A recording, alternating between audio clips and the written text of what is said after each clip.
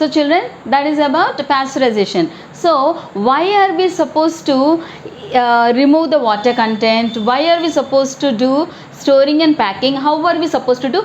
Okay, how should we store food? We have to store food by removing water. First thing is we have to remove water. How can you remove water? Either by heating it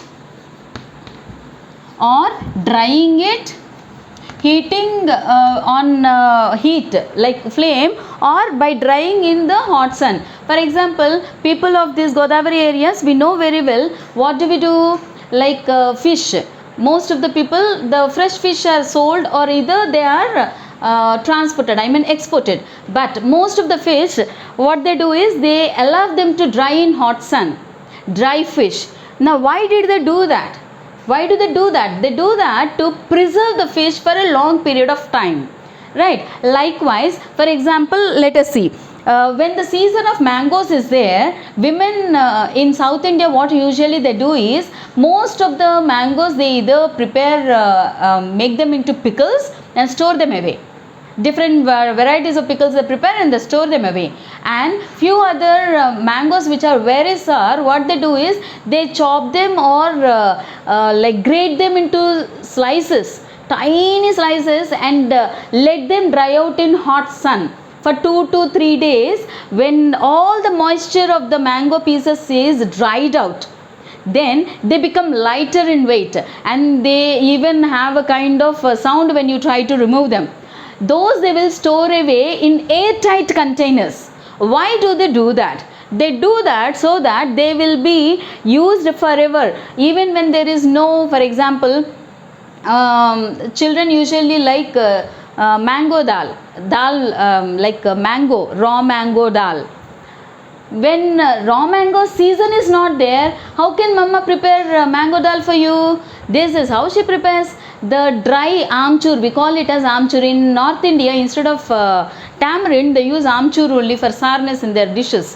What they do is, whenever she wants to prepare a mango dal for you, she will take few of those crispy mango pieces and then add them to your mango dal and prepares the mango dal, and the taste is as it is, children, because you did it at home. No, nothing artificial is inside it, no chemical is added, so it really tastes like fresh. Unseasonal also, you, if you want to eat something, you can eat. Like that, pineapples and other fruits also you can store them away by putting them first, either drying them or heating them or pickling them, or sugar syrups are also very good in preserving, and salt is also very good in preserving, oil is also very good in preserving. But after adding these, any one of these things, you have to put them in an airtight container where moisture is not permitted. Airtight container where moisture is not permitted. I hope you understand, children. So storing requires that. And then packing. Why are we supposed to pack? Package will help in avoiding the microorganisms. Package will help in avoiding the microorganisms. So let us see the points they have mentioned in your textbook. Once go through the textbook, children, page number 47. This will prevent the spoilage of food.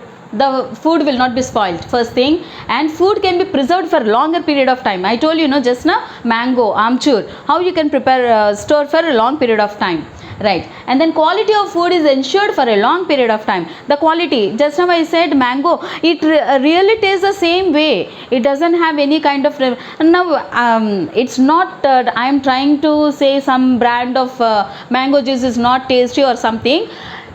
Let your mama prepare mango juice at home, and you compare that with the bottled mango juice that you get outside. Even if it is any branded one also, this will taste really natural. The what mama prepared tastes really natural and so tasty, yummy. Really, you get the aroma, the flavor of the mango also. But when it comes to this, you may get the flavor, but a little difference, because chemicals are added for preservation. But what mama prepared, it is fresh. So you will retain freshness also when you do certain things at home differently. Okay, what I mean to say is, quality of food varies. when you prepare, have you ever noticed, suppose you want to eat pickle and mama what mama prepared, that pickle is over, you buy from outside and then you say what mama prepares is more nice than this. Of course outside when they prepare, no, they prepare it in a different way, at large scale they prepare, so of course they use chemicals and so many other things, but still what mama prepares will be tasting more good. Quality is retained. Right. Next, variety of food items may be available in faraway places even during any season. For example, apple is not grown in our places, but we eat apple regularly. How? Because we get them imported. How do they get imported? From there, somewhere Kashmir to here, by the time they come, they should get spoiled actually. But they preserve.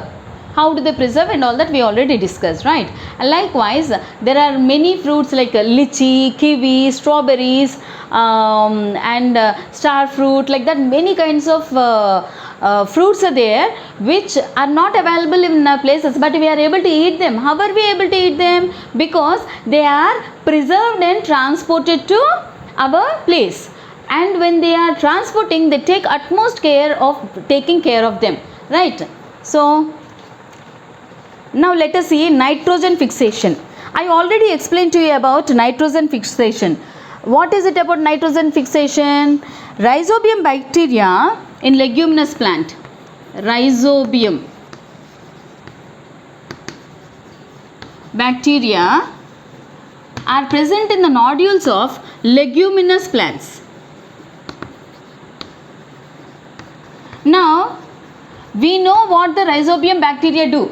They are nitrogen fixers. Nitrogen fixation.